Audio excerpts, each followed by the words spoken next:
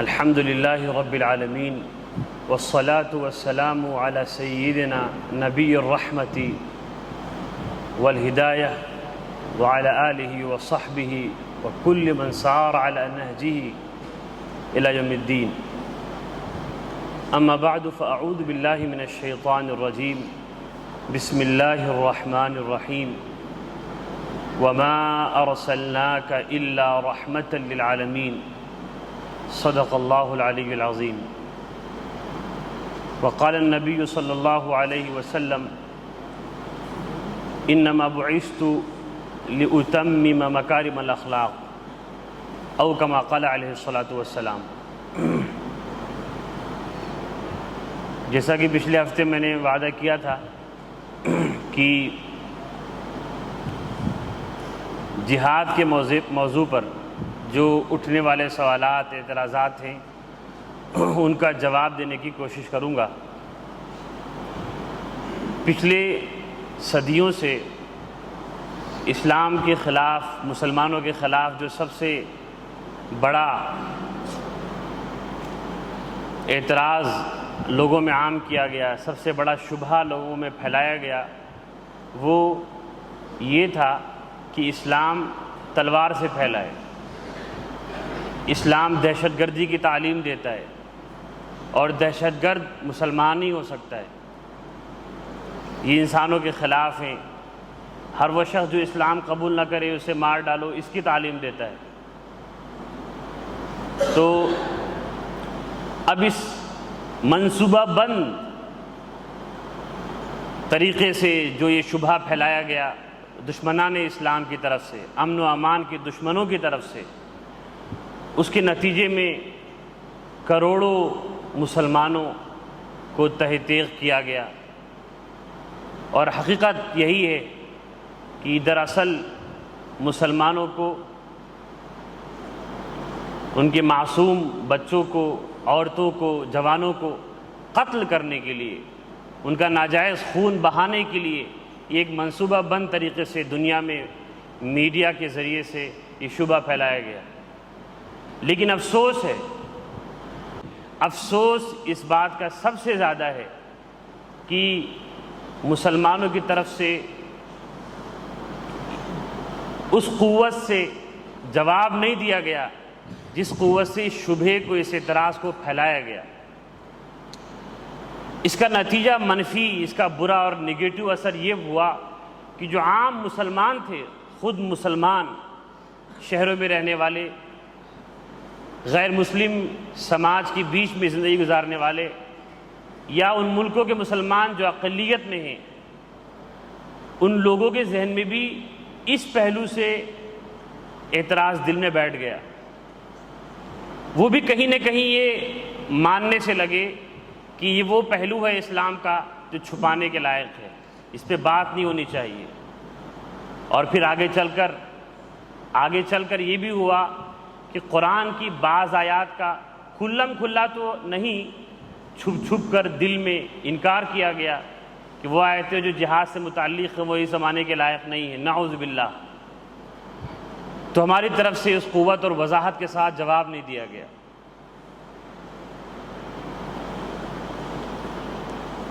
اللہ جل شانہ نے قرآن پاک میں ارشاد فرمایا، کھلا اعلان. دیگر مذہبوں کے جب آپ مطالعہ کریں گے، دنیا میں تو مذہب اور دھرم بہت ہیں، لیکن جو مشہور دھرم ہیں، دنیا میں مشہور مذاہب ہیں، اسلام کے بعد ہمارے ملک میں جو اکثریت لوگ اب اس زمانے میں اپنے آپ کو جوڑتے ہیں ہندو دھرم سے، ہندو مذہب سے. یہودی اگرچہ تعداد کے اعتبار سے دنیا میں کم ہے، قوت کے اعتبار سے زیادہ ہیں، تو یہودیت بھی ایک مشہور مذہب ہے، اور جب سے یہ لوگ پیدا ہوئے کبھی ختم نہیں ہوئے مکمل طور پہ. اور دنیا میں سب سے زیادہ اپنے آپ کو کسی مذہب سے جوڑنے والے لوگ ہیں تو وہ عیسائی لوگ ہیں. تو یہودیت، عیسائیت اور ہندو مت اور اسلام، یہ چار بڑے مذاہب ہیں. بدھ مذہب بھی ایک بہت بڑا مذہب ہے، لیکن یہ لوگ عام طور پہ اسلام کے خلاف کیچڑ اچھاڑنے والوں میں نہیں رہے. تو اگر ہم مذہبوں کا، الگ الگ دھرموں کا مطالعہ کریں گے تب آپ کو یہ بات جا کر سمجھ میں آئے گی کس طریقے سے منصوبہ بند طریقے سے، سازش و تدبیر کے طریقے سے پچھلے صدیوں میں جب سے مسلمانوں کی خلافت ختم ہوئی کس طریقے سے بدنام کیا گیا ہمارے مذہب کو. ہم چو بھی کر دیں اف بھی کر دیں تو ہو جاتے ہیں بدنام, اور وہ قتل بھی کرتے ہیں تو چرچا نہیں ہوتا. آپ کو جان کے حیرانی ہوگی کہ جن لوگوں کو دنیا کی تاریخ میں پراچین دور سے لے کر پرانے زمانے سے لے کر جب سے تاریخ لکھی گئی ہے, اتہاس جب سے لکھا ہوا موجود ہے, اب تک جن لوگوں کو سب سے خوریز سمجھا جاتا ہے کہ بڑے قاتل تھے, بڑے سفاک تھے, آپ چنگیز خان کا نام سنیں گے کہ جس شہر کو فتح کرتا تھا سارے لوگوں کو, جنگ لڑنے والے اور نہ لڑنے والے, کسی تمیز کے بغیر سب کو قتل کر ڈالتا تھا. بہت سے قلعوں, بہت سے شہروں پر اس نے فتح کر کے وہاں کے مظلوم لوگوں کو قتل کر کے ان کی کھوپڑیوں کو نیزے میں لگا کر اس نے دیواریں بنائی تھیں. ان لوگوں کا نام سنیں گے, ہلاکو خاں کا نام سنیں گے, آپ سکندر کا نام سنیں گے. سکندر کے نام سے 2 لوگ مشہور ہیں, لیکن آپ کو جان کے حیرانی یہ ہوگی اب تو سارے ڈیٹا نیٹ پر موجود ہیں, کتابوں میں لکھا ہوا موجود ہے. اب تک تاریخ انسانی کا صحیح جو تاریخ لکھی گئی ہے, جھوٹی تاریخ بھی بہت ساری لکھی گئی ہے, صحیح جو تاریخ لکھی گئی ہے, اب تک سب سے بڑا قاتل لوگوں کا خون بہانے والا امریکہ ہے. اکیلا ہلاکو خاں, چنگیز خاں جیسے خوریزوں کے مقتولین کی تعداد ایک طرف, اور امریکہ کے سفاکی کی تعداد اور مظلوم لوگوں کی تعداد ایک طرف زیادہ ہے. لیکن آج دنیا میں امن کے قانون وہی بناتا ہے. یہ ایک عظیم منصوبہ بندی ہے جس کے شکار دنیا والے ہوئے ہیں, اور اس کے پیچھے امریکہ نے اپنی محنت لگائی ہے, اپنے منصوبے لگائے, تعلیمی نظام ایسا بپا کیا, ایک ایسا معاشی سسٹم بپا کیا کہ آج وہ جس کو کہہ دے یہ دہشت گرد ہے اسے دہشت گرد مان لیا جاتا ہے, اور جسے کہہ دے کہ یہ امن والا ہے اسے امن والا مان لیا جاتا ہے. اور یہی دنیا کا سب سے بڑا دھوکہ ہے. میں نے کہا تھا کہ میں عرض کروں گا تاریخ کو. اسلام کے قانون جہاد پر بات کرنے سے پہلے, جسے ہمارے ہندو مذہب ہے, اور آپ کو ایک بات بتاؤں, آپ اس کی کتابوں کا مطالعہ کیجئے, چونکہ مذہبی ڈیبیٹ تو ہوتا ہی نہیں ہے. مذہبی بحث ہوتی ہے لیکن مسلمانوں کے مذہبی اعمال پہ ہوگی, حجاب پہ ہوگی, قرآن پہ ہوگی, جہاد پہ ہوگی, وغیرہ وغیرہ, طلاق پہ ہوگا, نکاح پہ ہوگا. لیکن کیا مذہبی بحثیں کبھی ان کے مسائل پر ہوتی ہوں کہ ہندو مذہب کو اگر کوئی پڑھنا چاہے تو کون سی کتاب ہے؟ آپ کو کتاب نہیں ملے گی. ان کی سب سے آتھینٹک, سب سے معتبر کتاب کون سی ہے اس بارے میں ان کے لوگوں کا اختلاف ہے. اور ہمارا قرآن, اس کے حروف, اس کے نقطے میں بھی فرق نہیں ملے گا. 14 صدی سے جیسا ہے ویسا ہے. لہذا 4 ویدیں ان کی مشہور ہیں. اگر بات کریں, ایک تو گیتا ہے, اس زمانے میں اس کو تقدس, اس کو مقدس سمجھا گیا. 4 ویدیں مشہور ہیں ان کی. 4 ویدوں کا میں نے اس کے منتخب بعض مضامین میں مطالعہ کیا. جو ہر وید میں آپ کو لڑائی کے احکام ملیں گے. آپ کو معلوم ہے آریہ سماجی ہندوستان میں جو اصل ہندو کہلاتے ہیں, برہمن لوگ, یہ ہندوستان کے نہیں ہیں. آپ ویکیپیڈیا نیٹ پر سرچ کیجئے. یہ ایران اور یورپی اقوام کے گورے لوگ تھے جو ہندوستان میں عیسیٰ علیہ السلام سے 1000 سال پہلے آئے تھے, یعنی آج سے تقریباً 3000 سال پہلے. اور یہاں کے جو ہندوستان کے اصل باشندے ہیں وہ دراوڑ لوگ ہیں جو ہمارے قومی گیت میں ہیں, جو بعد میں ساؤتھ انڈیا میں چلے گئے. اس سرزمین پہ رہنے والے سارے لوگ کالے ہوتے تھے جو ساؤتھ انڈین ہیں. لہٰذا علماء تاریخ نے, علماء لسانیات نے, زبانوں کے ماہرین نے اس کو ثابت کیا ہے کہ سنسکرت زبان جو آریہ سماجی لوگوں کی اصل زبان ہے, اس میں ویدیں ہیں, اس زبان کے بہت سے الفاظ فارسی, جرمن اور فرینچ لینگویج سے ملتی جلتی ہے, اور اس کا پورا اس کے موجود ہے. میں پڑھ کے آیا ہوں. یہ باہر سے آئے ہوئے لوگ ہیں, ہمارے علماء نے پہلے ہی لکھا ہے اس چیز کو. تو جب یہ لوگ آئے تو انہوں نے یہاں کے باشندوں کو جو نرم دل تھے, نرم مزاج تھے, آج بھی وہ ساؤتھ انڈین نرم مزاج ہے, ان پہ ظلم کرنا شروع کیا. جنگیں ہوئیں، تو جن کی 4 ویدیں ہیں، ہر وید میں یہ حکم ہے کہ تم فتح کرو۔ ان کے وید ان کے خدا کی کتاب نہیں ہے، بلکہ ان کی دیوتاؤں کی دعائیں ہیں۔ جیسے ہمارے قرآن کی آیتیں اللہ کا کلام ہے، اللہ کے الفاظ ہیں، ان کی ویدیں ان کے خدا، کیونکہ بات اصل یہ ہے کہ ہندو مذہب کو ڈیفائن نہیں کیا جا سکتا، اس کی تعریف نہیں کی جا سکتی۔ بڑے بڑے مورخین نے جنہوں نے ہندوازم پر کتابیں لکھی ہیں، ہندو مذہب پر، وہ ہندو کہتے کس کو ہیں اس تعریف میں وہ متفق نہیں ہو پائے کہ یہ ہندو کہتے کس کو ہیں۔ لہٰذا مختلف طرح کے سماجی بندھنوں کا ایک مجموعہ ہے۔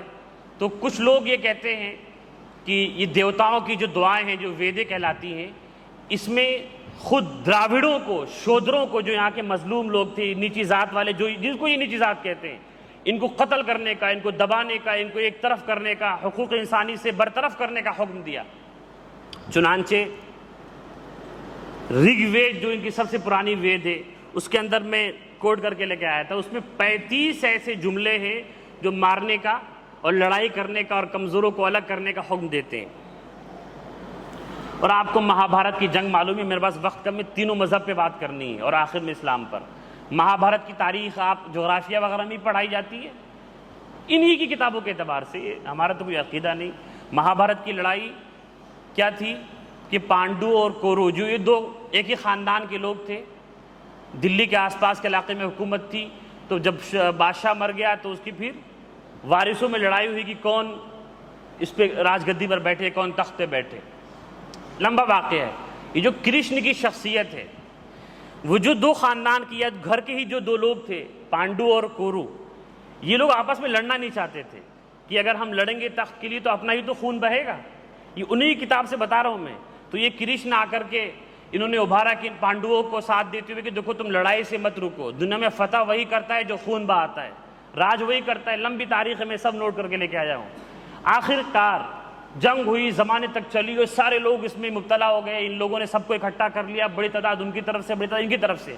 آخر کار گوگل پہ موجود ہے 124 کروڑ لوگ مارے گئے اس جنگ میں۔ کتنے لوگ؟ انہی کا ڈیٹا کہتا ہے 124 کروڑ لوگ مارے گئے تھے۔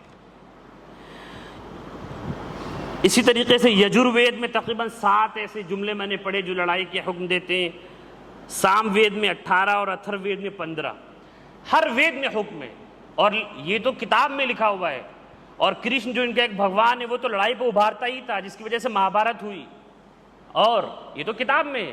ان کی تاریخ اسی جنگ سے بھری پڑی ہوئی ہے، لہٰذا مہابھارت اس کی بڑی دلیل ہے۔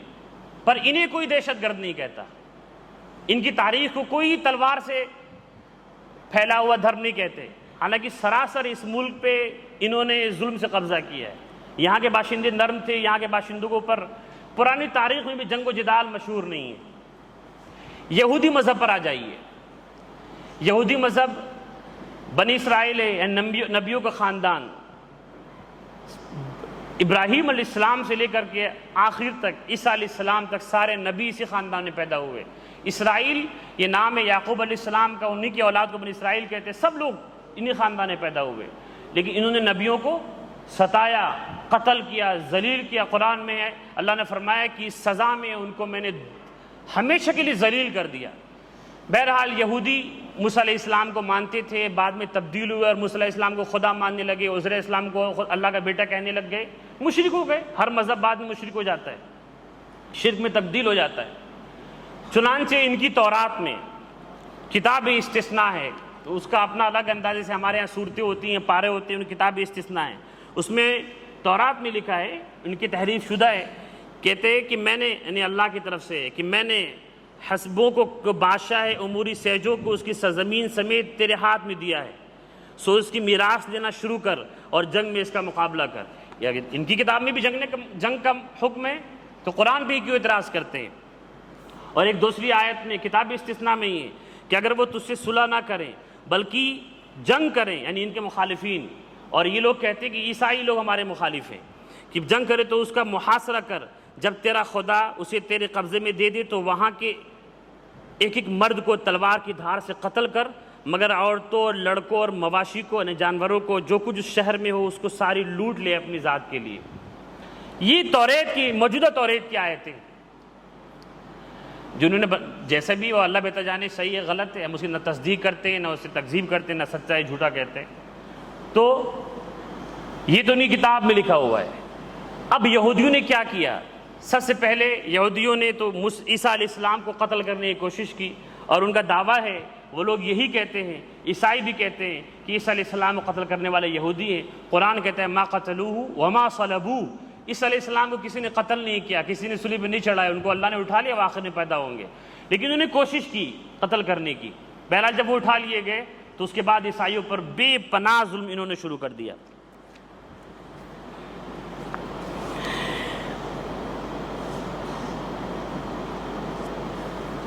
چنانچہ 6 صدی تک یہودیوں نے عیسائیوں پر ظلم کیا۔ اس کے بعد عیسیٰ علیہ السلام جب اٹھا لیے گئے تھے اور یہودی کا قبضہ یہودیوں کا تھا تو انہوں نے بڑا ظلم کیا۔ پھر ایک دن ایسا ہے جیسا یہ قانون قدرت ہے کہ مظلوم کو اللہ موقع دیتے ہیں اور ظالم کو ہٹاتے ہیں، پھر عیسائیوں کو کرسی ملی۔ پھر عیسائیوں نے وہ ظلم کیا کہتے ہیں کہ لاکھوں گنا زیادہ تھا۔ قسطنطین اعظم، آپ اس کا نام بہت سنے ہوں گے، تقریباً ہجرت سے یعنی حضور سے کہ ہجرت مدینہ سے 300 سال پہلے گزرا ہے، بہت پرانا نہیں ہے۔ اس نے یہودیوں کے کان کاٹے اور ان کو مختلف ملکوں میں جلا وطن کرنے کا حکم دیا۔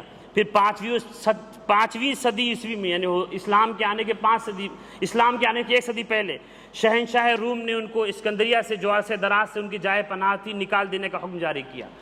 اسرائیل بننے سے پہلے تک، آپ یہ شارٹ کٹ میں سن لیجئے، اسرائیل بنا ہے ابھی، اس سے پہلے 2500 سال تک تقریباً 2000 کہہ لیں، اسرائیل بننے سے پہلے یہودی کہیں بس ہی نہیں سکتے تھے امن و امان کے ساتھ۔ اللہ نے کہا تھا نا ضربت علیہم الذلۃ والمسکنۃ وباؤوا بغضب من اللہ، کہ یہودیوں پر اللہ نے اتنا نعمت کی، من و سلوہ نازل کیا، سارے نبی ان میں بھیجے، ان کو قوم کا لوگوں کا سردار بنایا کہ تمہارے پاس علم نازل کیا، توریت تم میں بھیجی، انجیل تم میں بھیجی، تم لوگوں کو دین سکھاؤ، تو ان لوگوں نے ناشکری کی تو سزا بھی سخت آئی۔ اللہ نے قرآن میں کہا کہ ہم نے ذلت ان کے اوپر لکھ دی، ذلت لکھ دی، ان پہ مار لکھ دی، اللہ کا غضب و لعنت نازل ہوا ان کے اوپر آخر تک۔ اس کا نتیجہ یہ کہ جس ملک میں گئے بہت مارے کاٹے گئے، بہت مارے کاٹے گئے۔ میں آپ کو سناؤں گا، آپ کے روکٹے کھڑے ہو جائیں گے۔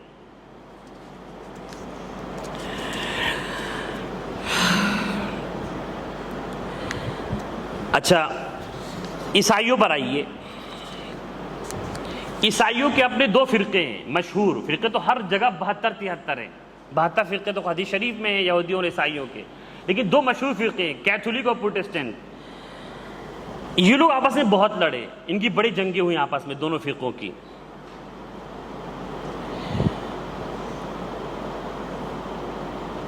کہتے ہیں رومی کلیسا نے، یعنی رومیوں کے جو عبادت خانے کے پوپ تھے، جو اصل مالک ہوتے تھے، انہوں نے بار بار جبری تبدیلی مذہب اور مکمل قوم کو ختم کرنے کے حربے پروٹسٹنٹ لوگوں کو ختم کرنے کے لیے استعمال کیے۔ یہ رومی لوگ کیتھولک ہیں۔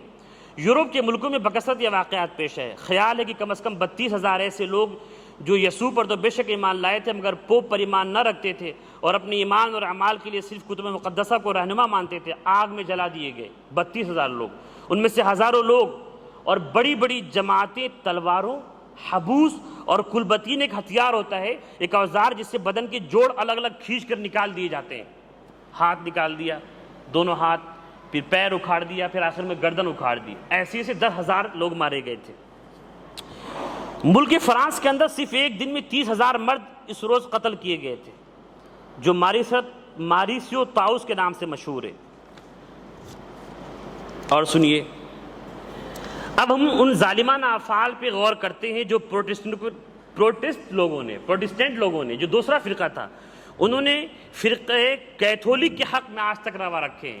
دونوں فرقوں میں لڑائی ہوئی تو جہاں پہ ان کا قبضہ تھا انہوں نے دوسروں پر بہت ظلم کیا، رہنے کا حق چھین لیا، ان کی جائیدادیں جو ہوتی سب ضبط کر لیتے، جہاں ملتے مار ڈالے جاتے، اور ویسے ہی اگر کوئی ملک دوسرے فرقے کے قبضے میں تو وہ اس پر ظلم کرتا۔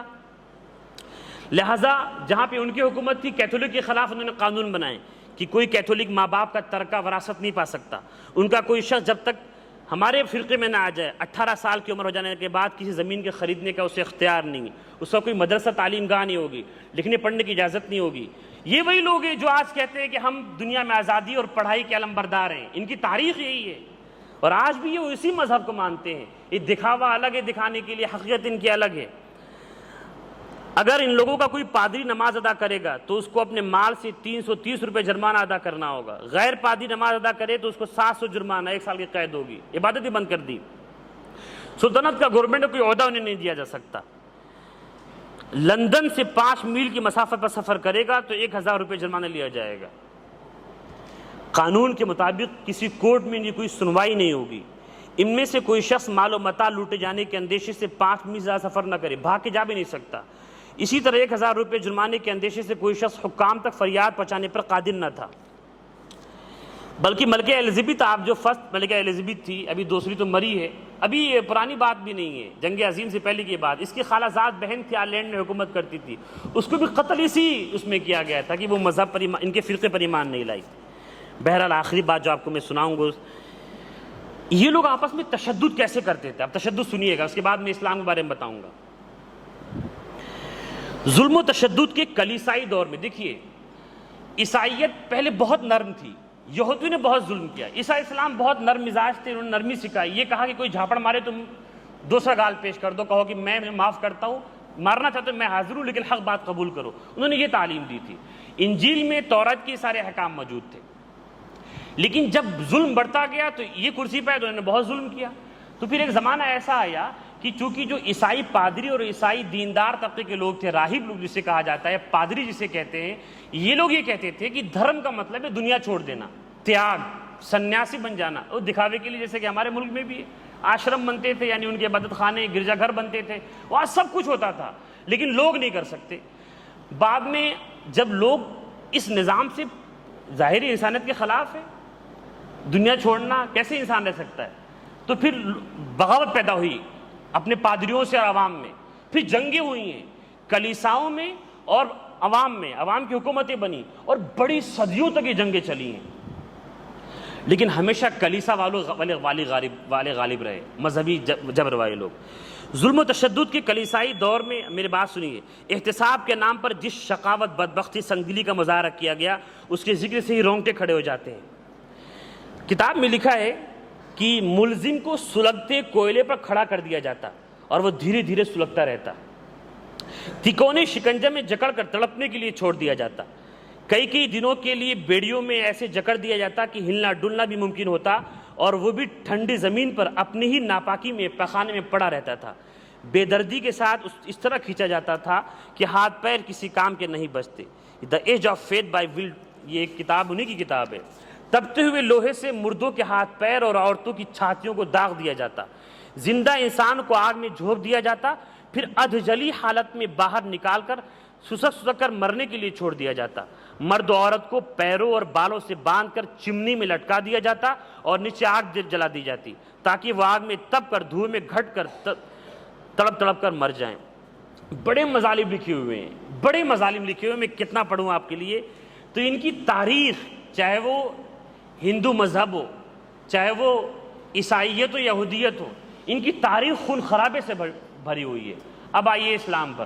اللہ جل شانہ نے اس ظلم کے ماحول میں کہ ہر طرف یا تو آگ پوجنے والوں کی ایرانیوں کی حکومت تھی یا رومیوں کی حکومت تھی، کیتھولک لوگوں کی، اللہ نے فرمایا کہ ما ارسلناک الا رحمۃ للعالمین، اے محمد میں تمہیں سارے جہاں کے لیے رحمت بنا کے بھیجا ہے۔ لہٰذا 13 سال تک مکہ مکرمہ میں ظلم ہوتا رہا، اپنے لوگ ستاتے رہے کہ نماز نہیں پڑھ سکتے، کوئی جواب نہیں دیا گیا۔ مدینہ جب چلے گئے، گھر چھوڑنا پڑا، اللہ کا گھر چھوڑ کے مدینہ جانا پڑا، عبادت کرنے کی اجازت نہیں ہوئی۔ وہاں پہ اللہ نے فرمایا اذن للذین یقاتلون بانہم ظلموا، اب اگر تمہیں کوئی ستاتا ہے تو جواب دے سکتے ہو۔ وہاں سے جہاد کی اجازت ملی ہے، اور یقیناً حضور 27 جنگوں میں شریک ہوئے ہیں، کچھ جنگیں باقاعدہ ہوئی، کچھ ایسی بلا لڑے فتح ہو گئے ہوئی ہیں، اور قرآن میں جہاد کا حکم ہم اسے چھپا نہیں سکتے۔ چھپانے پر آئیں گے تو آنے والے زمانے میں قرآن سے بھی دور ہٹنا پڑے گا، اللہ کی پناہ۔ لہذا ہم جہاد کا صحیح مطلب بیان کرتے ہیں۔ جہاد کا مطلب ہے دنیا سے ظلم کو ختم کر دینا۔ جہاد کا مطلب یہ نہیں ہے کہ اسلام کو عام کر دینا۔ کیوں؟ آپ ایک بات قرآن کی سن لیجئے، لا اکراہ فی الدین، جبر کے ساتھ دین تسلیم ہی نہیں ہے۔ اگر تم بندوق کے زور پر، تلوار کی نوک پر اگر تم کسی کو مسلمان بناؤ گے، اس کا اسلام معتبر ہی نہیں ہے، مانا ہی نہیں جائے گا، تو بتائیے پھر کیوں ہم بندوق کو استعمال کریں جب معتبر ہی نہیں ہے؟ لہذا کبھی بھی تلوار کو اسلام پھیلانے کے لیے استعمال نہیں کیا گیا۔ پھر کیوں استعمال کیا گیا؟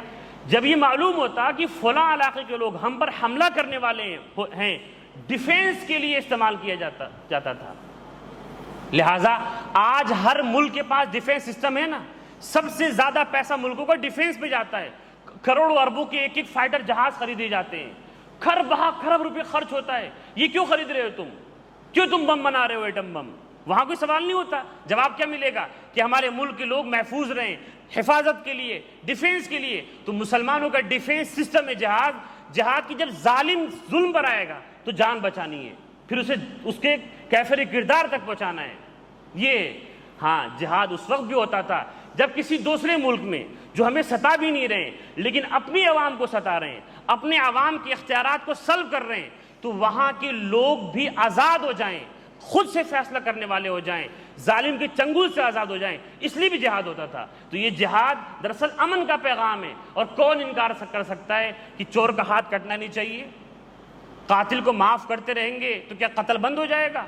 نہیں، ظلم کے لیے ہتھیار کا استعمال تو پوری دنیا کا متفق علیہ مسئلہ ہے۔ ظلم کو دبایا جائے گا، ایک حد تک معاف کریں گے، سمجھائیں گے، پھر نہیں دبے گا تو تلوار آئے گی، بندوق آئے گی، سزائیں دی جاتی ہیں۔